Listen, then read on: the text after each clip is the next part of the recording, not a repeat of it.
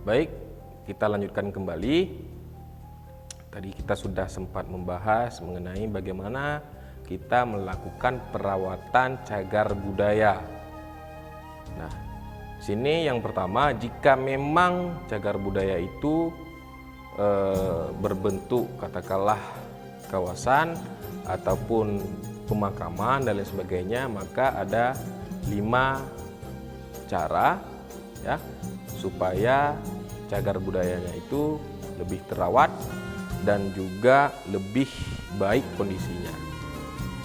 Yang pertama ialah pembuatan saluran untuk mempermudah air mengalir keluar dari lingkungan sekitar cagar budaya. Jadi di sekitaran cagar budaya, terutama kawasan pemakaman, itu harus memiliki parit yang memang mempermudah air itu keluar agar dan juga tidak menggenang kawasan pemakaman cagar budaya itu.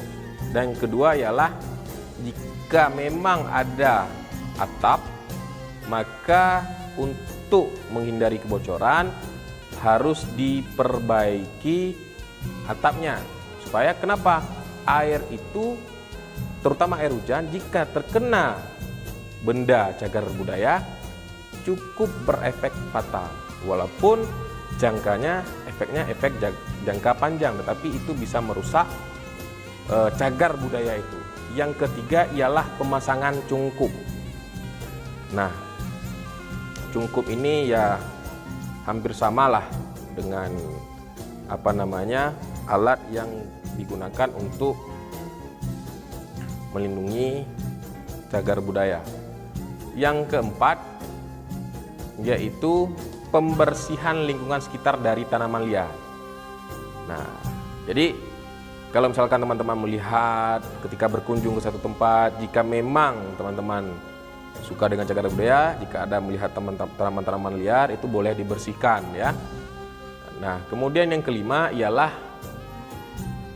mencegah terjadinya kapilarisasi. Jadi di Aceh sendiri itu ada beberapa komunitas, terutama yang bergerak di bidang penyelamatan situs cagar budaya, agar cagar budayanya itu bisa berlangsung ataupun bertahan cukup lama. Supaya kenapa? Agar generasi selanjutnya dia mengetahui asal muasalnya dan juga dia mengetahui dia berasal dari daerah mana, dan yang paling penting ialah dia tahu siapa nenek moyangnya. Nah, jadi untuk komunitas-komunitas yang bergerak di bidang pelestarian di Aceh sendiri, mulai dari tingkat dewasa dan juga pelajar ataupun mahasiswa, itu sudah membentuk beberapa komunitas yang bergerak di bidang situs penyelamatan cagar budaya itu sendiri. Yang pertama mungkin sudah cukup terkenal, yaitu masyarakat peduli sejarah Aceh ya, Mabesa, ataupun masyarakat pencinta sejarah Aceh Mabesa, itu sudah bergerak cukup lama dalam menyelamatkan cagar-cagar budaya yang memiliki ataupun yang berasal ataupun yang memiliki kondisi yang cukup memprihatinkan. Jadi mereka selamatkan. Nah, baik itu mengangkat batu nisan ya, kemudian membersihkan dan lain-lain sebagainya. Kemudian ada pelisa, kemudian ada cisah dan banyak-banyak yang lainnya. Dan kemudian mereka ini juga mengembangkan dan mengkaji hasil temuan-temuan mereka. Nah, jadi barang-barang yang mereka temukan itu dijadikan sebagai alat untuk perkembangan ilmu pengetahuan ya, untuk mengembangkan ilmu pengetahuan juga, terutama untuk menambah data-data yang dibutuhkan dalam menyusun sejarah Aceh. Di Aceh kemudian juga memiliki yang paling banyak cagar budaya itu, terutama yang berupa benda, yaitu nisan. Jadi teman-teman bisa melihat yang ada di PPT ya. Ini adalah jenis-jenis batu nisan yang ditemukan di Aceh ya. Ada beberapa gambar dan salah satunya ada gambar yang saya peroleh dari ataupun berasal dari dokumentasi Moksa ya. Dan batu-batu ini tersebar di berbagai daerah. Jadi kalau teman-teman melihat batu-batu seperti ini, jangan menyebutkan ini batu zaman dan lain sebagainya. Ini adalah benda cagar budaya. Jadi kalau misalkan teman-teman menemukan cagar budaya ini yang berbentuk seperti ini ataupun berbentuk yang lainnya ya, itu mohon diinfokan, mungkin diberitahukan kepada instansi pemerintahan ya, ataupun kepada organisasi-organisasi yang sudah saya sebutkan tadi, agar cagar budaya itu bisa kita rawat dengan baik. Kemudian ada selanjutnya ada foto lamre ya, itu bisa kita kategorikan sebagai situs cagar budaya kawasan ya. Nah, yang menariknya ialah cagar budaya berbentuk nisan di Aceh itu cukup banyak modelnya. Nah, jadi teman-teman juga harus tahu.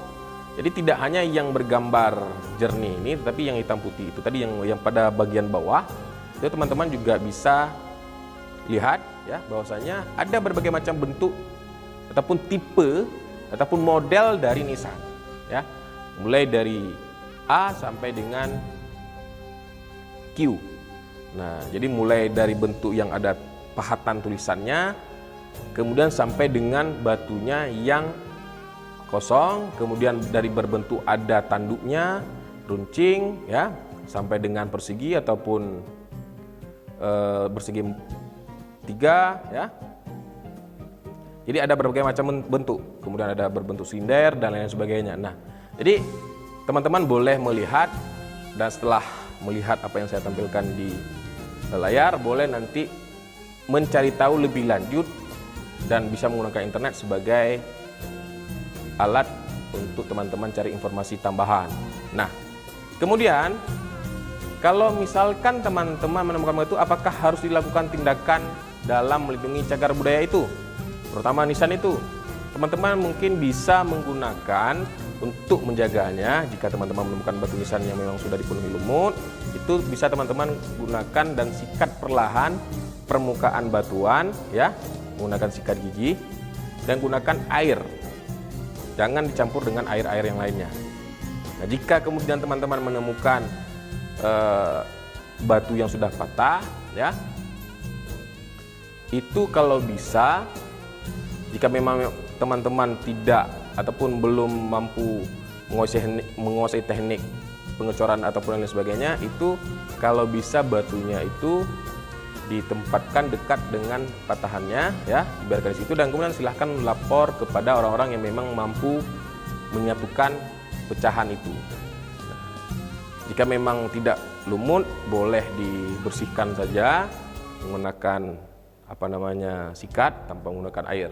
Jadi ada beberapa hal ataupun tindakan bisa kita gunakan dalam merawat cagar budaya benda.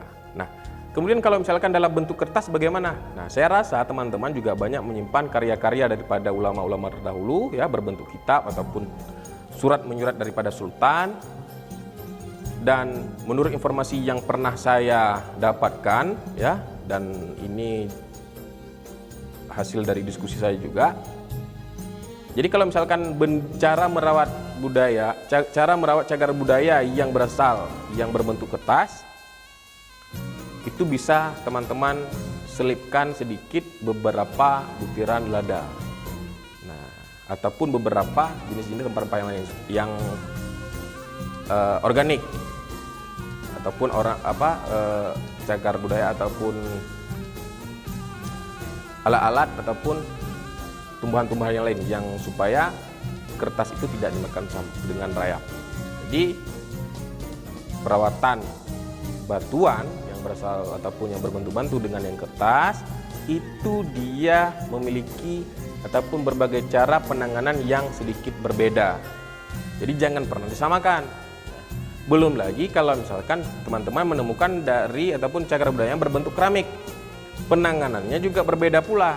Nah, jadi di sini saya tidak menyebutkan bagaimana cara merawat benda-benda itu, karena takutnya jika teman-teman tidak menguasai, takut benda itu rusak dan lain sebagainya. Jadi jika teman-teman tidak menguasai teknik perawatan dan sebagainya, boleh menghubungi instansi terkait ya. Dan inilah cagar budaya Aceh ya. Sebenarnya ada beberapa foto yang lain, ada beberapa bentuk yang lain cagar budaya Aceh yang bisa teman-teman cek ataupun telusuri melalui internet ya, agar wawasan mengenai cagar budaya itu bisa teman-teman ketahui. Dan saya ingatkan kembali lagi, cagar budaya ini harus kita selamatkan, harus kita jaga, harus kita lestarikan, supaya anak cucu kita nanti akan mengetahui sejarah bangsanya, sejarah nenek moyangnya, sejarah bangsanya dan lain-lain ya, supaya juga dia semakin cinta dengan daerahnya, budayanya dan lain-lain ya. Jadi untuk pertemuan hari ini kita cukupkan. Saya akhiri. Assalamualaikum warahmatullahi wabarakatuh.